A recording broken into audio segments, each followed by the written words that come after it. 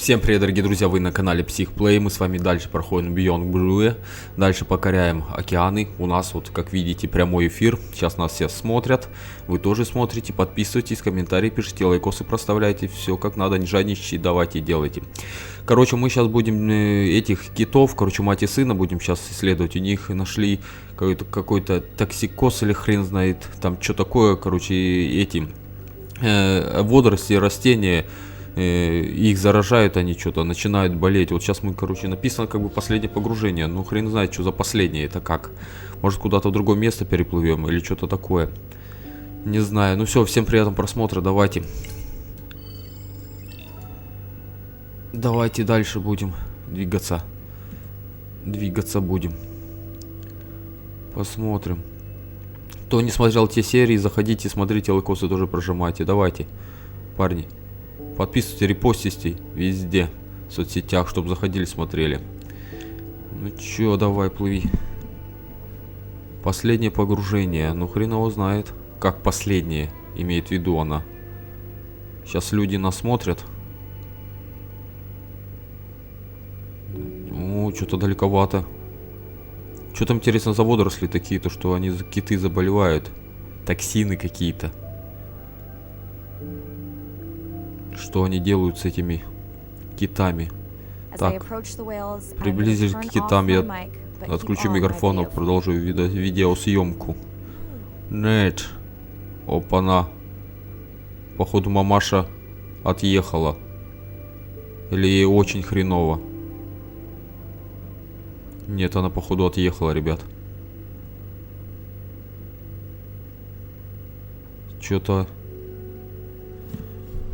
Что-то произошло.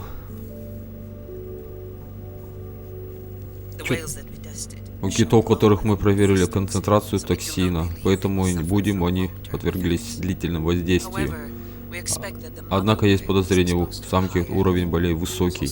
Кроме того, она была более уязвима из-за беременности. У нее, короче, получается, иммунитет был слабый, и она заболела, и, короче, быстрее болезнь ее схватила. Так. Андрея А17, так, произведите вырученное сканирование Андрея для биообразца.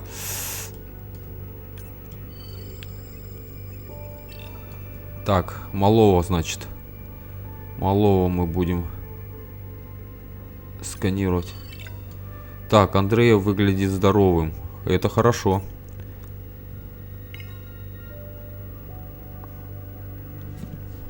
Так, и что мы дальше будем делать? Касатки. Касатки. Сейчас касатки будут ее хавать. Это 100 пудов. И малой останется один. А тут мы ничего не сделаем. Андрей, очень похоже на то, что эти касатки угрожают китенку. Так, произведите выборочное сканирование А12 для биообразца. Давай сканировать. Что с тобой случилось-то так? Так, мертвая. Вот так вот. Да, все, ей хана. А что с малым-то делать? Что будет? Он так и будет он с другими китами поплыл. Я думаю, он уже не питается же молоком матери.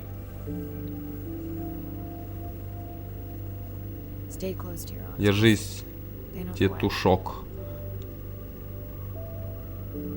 Тетушок. Что это такое? Кекетушок. Ну все, он один остался.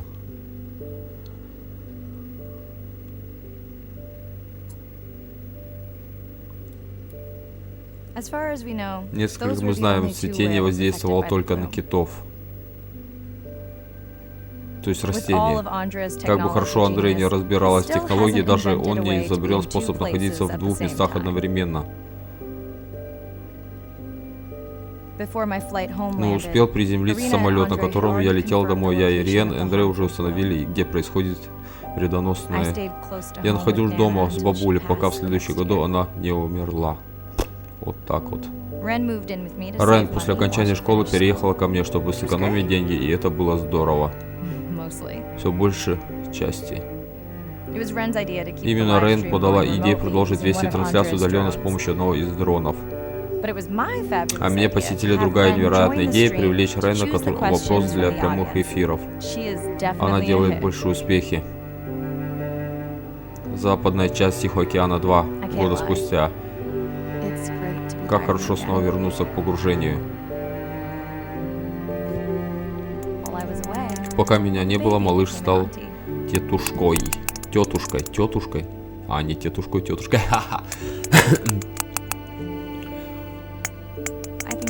Думаю, ей нравится. Конечно. Когда я воспроизвожу она прежде, и это по-прежнему тайна. Блять, хер успеешь, но я могу поклясться, что мы полностью понимаем друг друга. Ну, конечно. Ты же суперменша.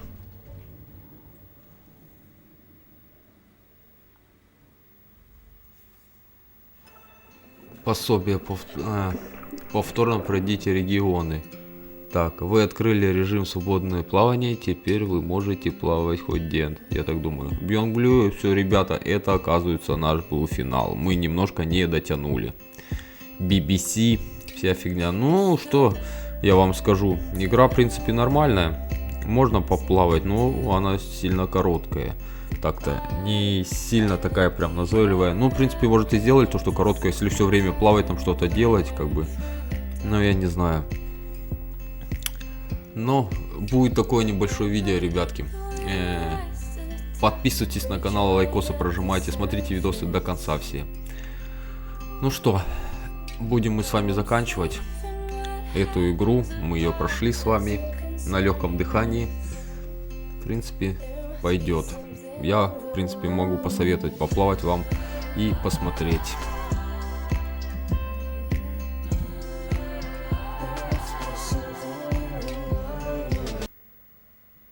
Целая стая приглядывает. Целая стая приглядывает. Странно. Странно, что сейчас будет у нас интересного. Так, продолжить. Что у нас продолжить? Что-то покажут. Ну, в принципе, даже не нападали ни акулы, никто не нападал на нас. Готовность к погружению.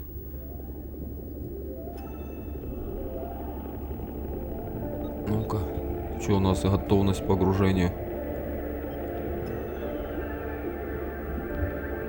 А, побережье. Аунон. Кашалоты — самые крупные животные среди известных нам зубатых китов, а еще у них самая большая масса мозга. Взрослые самки и детеныши живут небольшими семьями, а взрослые самцы обычно бороздят простор океанов в одиночку. Вот так вот. Так. Что мы хотел? Ой, не то. Так. О, да то мы тут еще не просматривали с вами. Так, давайте посмотрим. Так, старение вспять. Узнаете о том, что механизмы восстановления медуз дают ключ к пониманию процесса старения человека. Давайте глянем. Aging in reverse. Jellyfish have mechanisms of self-repair. They're constantly getting bitten by turtles and chunks getting taken away. 50% of the jellyfish population are wounded.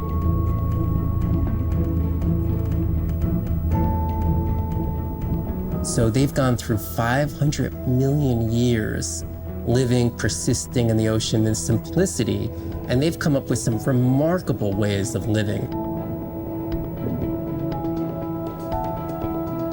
There's something called the immortal jellyfish and how they age, aging in reverse, which we're just beginning to understand, where they get old and then degenerate back into a youth again. In understanding the gene pathways and how this happens, this could look at, humans. We don't have this capacity to age in reverse. It's like Benjamin Button, and it's here. And it just takes the kind of focus and dedication to look at that jellyfish and to grow that jellyfish and to figure out how to use the best available scientific tools to get at this question. It's just about kind of looking super deeply and letting the secrets unfold. Так, это было у нас про медуз. Небольшая помощь друзей. Так, узнайте, как усилия одного сообщества направлены на защиту кожистых черепах. Помогли не допустить их полностью исчезновения. Ни хера не видно. Так, про черепах смотрим. These animals travel thousands of kilometers, navigating open oceans that have no physical landmarks. They have that innate ability to find their way.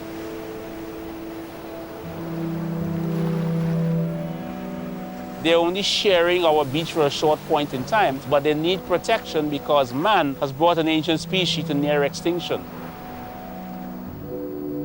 I got involved at a time when hostilities were very real. People came with guns and machetes to poach a turtle. We would protect these animals at all costs. Because on the high tides, when the tide comes up, this area here will be flooded, right? So when the sea turtle lays her egg, the nest requires a constant temperature. And if we recognize that this nest is in a real bad spot, we choose a spot further inland on the beach that's stable, and then we would evaluate if the eggs were able to hatch because of us moving them. And in both cases, we're always right. So as the villagers began to benefit from the tourism that turtle conservation was creating, they saw that the turtle was worth more to them alive than dead. The children really love sea turtles. We educate them, but we involve them. And by so doing, we get them to a level of interest where they want to become actively involved. When we first started this conservation work, we would encounter at the height of the nesting season 30, 40 turtles. Now we encounter over 500. That's significant. Some people argue, well, that's nature. Leave them. Why protect them? But remember, humans have to intervene sometimes to help nature keep existing. Спасение черепах. Вот так вот. Так, следующее, что тут у нас? Я не пойму. Это мы что тут? Где знаки? Ага. Так, мы понимаем все вот это. Наблюдение за океаном. Песня моря. Так, глупые маленькие глаза примата.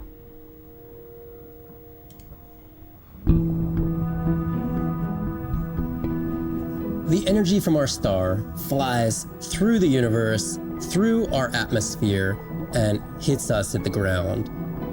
But now, when we go underwater, the ocean properties of water are like pure blue filter. So it's going to filter out all these other wavelengths except blue. As you go down further, it's primarily blue, blue, blue till 700 meters. And at that level, there's still faint photons of sunlight in the blue range. And we call this the twilight zone. And there, animals are still perceiving a tiny little bit of our sun's energy. Below this, it's gone. 24/7 darkness.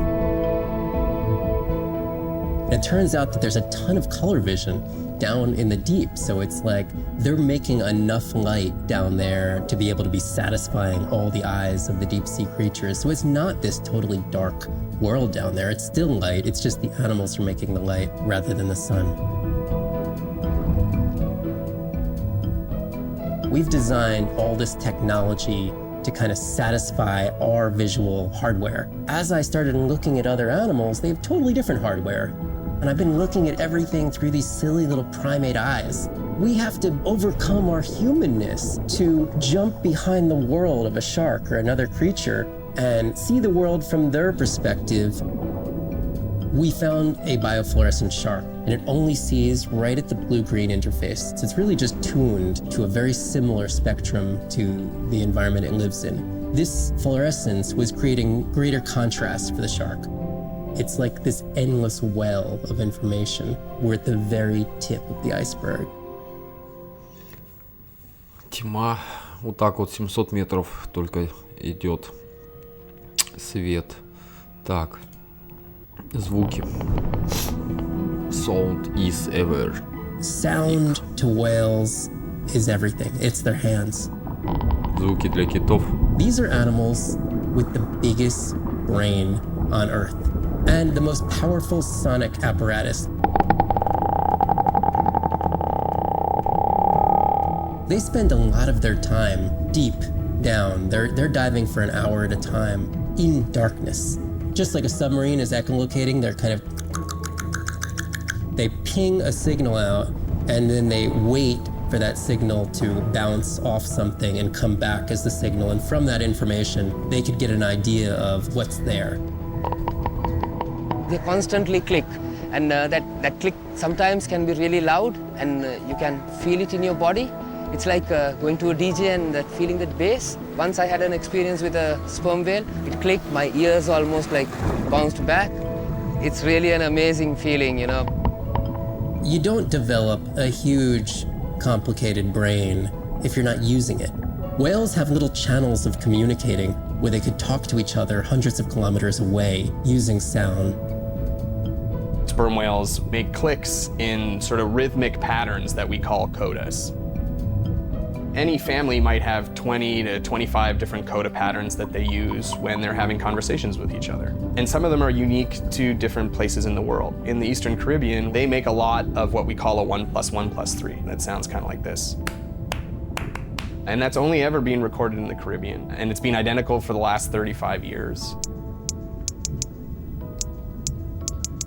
These are really different ways of life that are being labeled by these coda patterns. In the same way that human language is kind of a shorthand for where you come from. You can make a lot of missteps when traveling simply by speaking incorrectly or introducing yourself differently. Do you hug? Do you shake hands? Do you bow?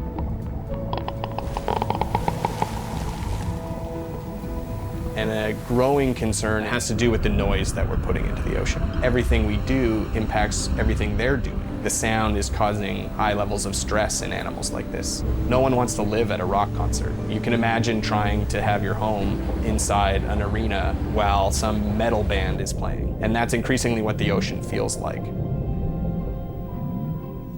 Да. Так, неизвестный мир подводных соляных озер. Brine pools are amazing habitat. It's a lake on the bottom of the ocean.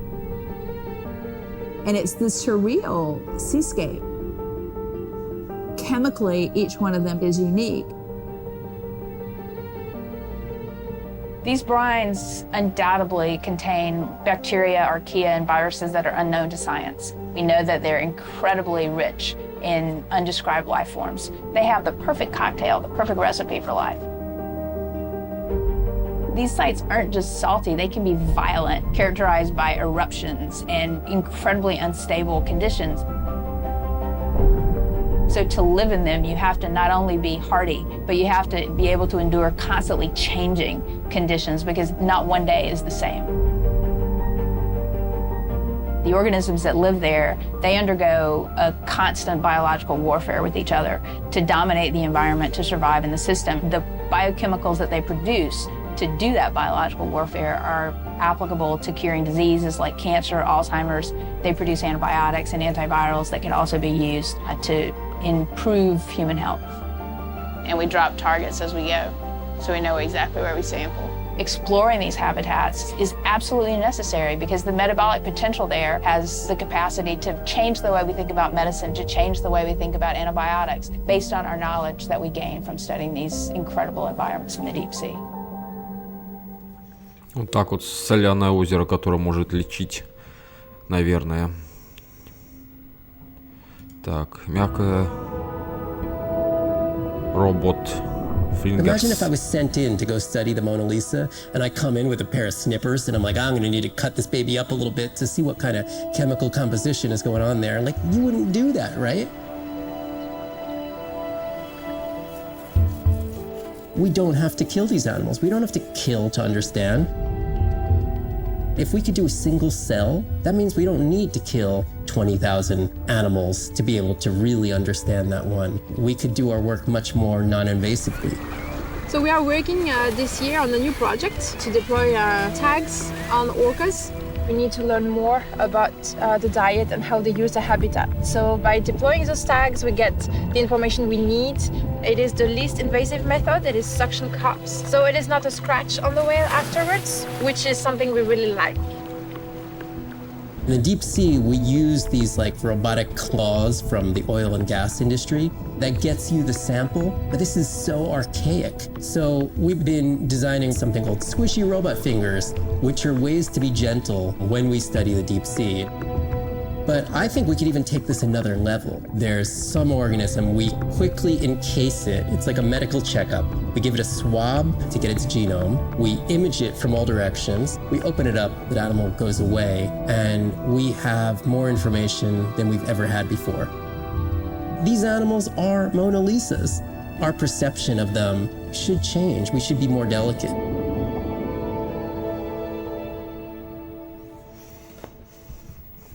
Так, что у нас дальше? Геотермальные источники нужны всем. Вулканы, что ли? Everybody's Hydrothermal vents are located on the seabed, often in deep water, but sometimes in shallower water. And they form in areas where new oceanic crust is being formed. You can have 400-degree water here and 2-degree water over here. It's an accelerometer for chemistry, and you can form organic compounds in the absence of biology. Everybody's interested in vents because of the metals, including humans. But the metals are sort of the nuclei for life. When you think about what's required for life, you've got to have an energy source, you've got to have a system that's able to utilize that energy source, and the organisms sort of co-evolve with the rock. And in my mind, that's probably how life originated. There are reservoirs of precious metals in the deep sea, and we do have societal needs for precious metals. It's very short-sighted and dangerous to exploit resources in ecosystems that we don't truly understand how those ecosystems function. Deep sea mining is when people go out and extract minerals from the seafloor.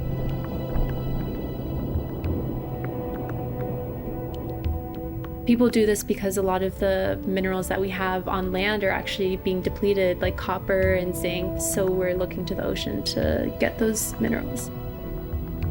We want these minerals for solar panels primarily, and we want them for cell phone boards. It's necessary to advance society and get us off fossil fuels. We simply have no idea about the environmental consequences of a lot of these actions that we're taking in the deep sea. We have tended to go for the quick benefit and we'll deal with the consequences later. Well, I think that has caught up with us. We don't know enough right now to effectively, selectively mine the deep sea without catastrophic consequences. The science has always lagged behind the industrialization. I would like for once to see the science ahead of the industrialization and have the science define the limits of the industrialization.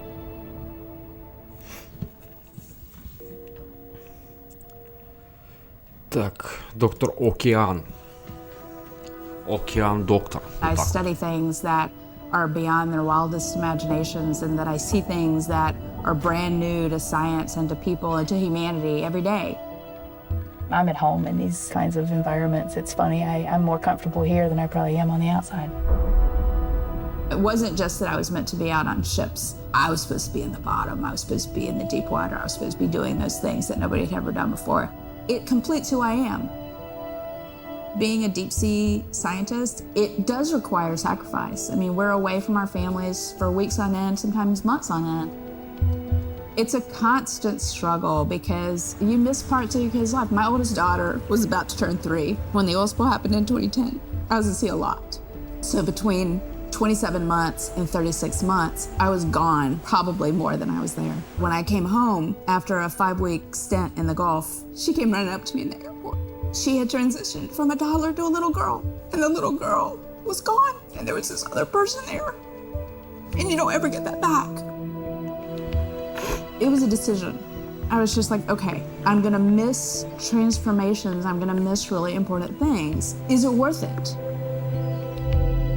I had talked to her class, about the ocean. And one of her friends said something to her and she responded, you know, my mommy, she's the ocean doctor. The ocean is sick and she's trying to make it better. She couldn't even say important. She's like, it's really important. But she understands that it's an important job.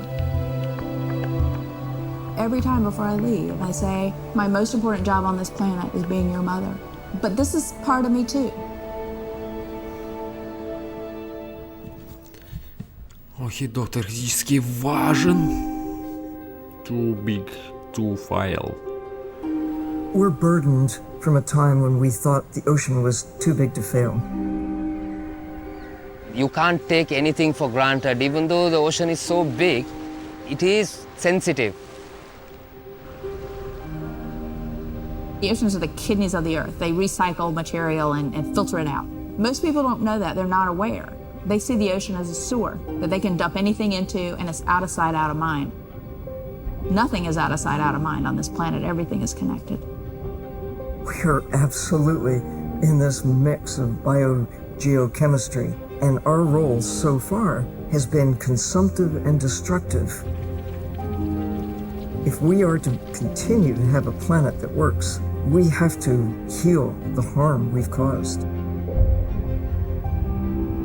What's the worst case scenario if we deny that the climate is changing, but actually it is, and we do nothing? Then billions of people's lives will be directly affected just by sea level rise alone, let alone the other effects of climate change. So it's not about who's right, it's about the consequences of being wrong in the decision that we make right now. Educating everybody, from school children, fishermen, tourists, if we can manage to do that, we have a very good future and we can gain a lot from the ocean. If we could establish the foundation for interspecies communication, we can make first contact. And that's where I hope the future goes. Because what we really want is curious, conscientious, and a self-correcting population. You changing can affect all the people around you. To walk instead of drive, to buy a hybrid, to ride a bicycle, to not use single-use plastic. Imagine if everybody did that. The effect would be tremendous. We do have the power of choice about what we eat, what we wear, how we travel, all the things that we do in an everyday way, times 7 billion, will make all the difference in the world. We must protect the ocean as if our lives depend on it, because they do.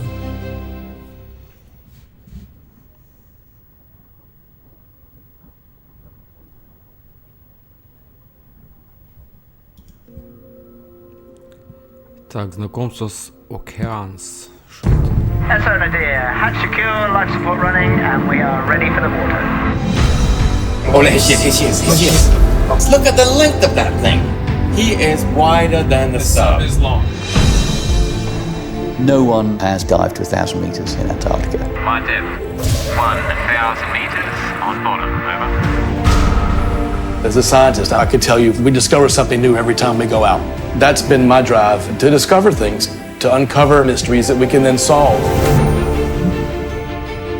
We're on a new frontier of ocean exploration that will bring out the explorer in all of us. We're partnering with the Ocean X initiative to build a mind-blowing platform for exploration. A research vessel that's a one-of-a-kind ocean conservation and media platform to explore the world's oceans in ways that were never before possible, to create one big wave for the oceans. I think it's really exciting. There's still a massive part of this planet we know nothing about. We need to make people understand what we do in the next 10 years is going to determine what the ocean looks like in 200 years' time.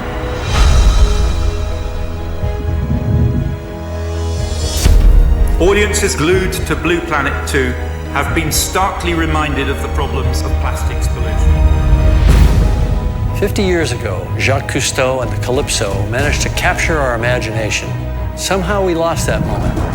We have to get back that personal connection to the sea. The greatest era of exploration is still ahead of us. Exploring the ocean can help provide a piece to the big puzzle.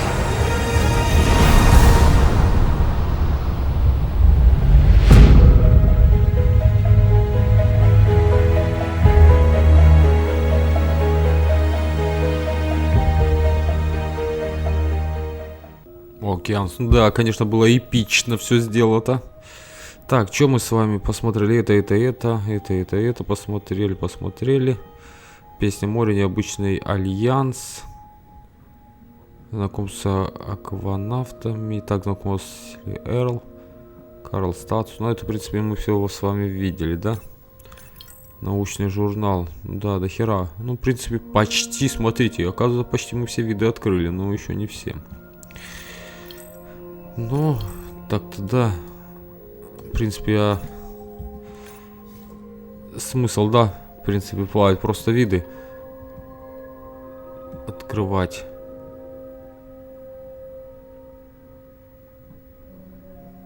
Я вот только вот не пойму, что это за значок.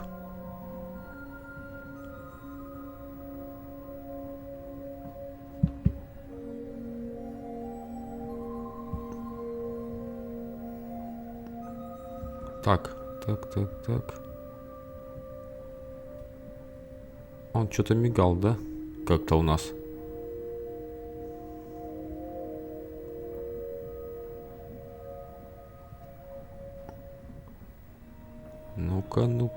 Ну-ка.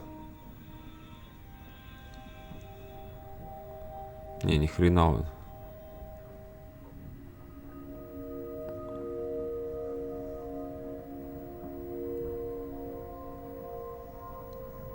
Так, ну ладно, будем с вами, короче, на этом заканчивать. Ребятки, подписывайтесь на канал, лайкосы прожимайте, пишите комментарии, распространяйте видео.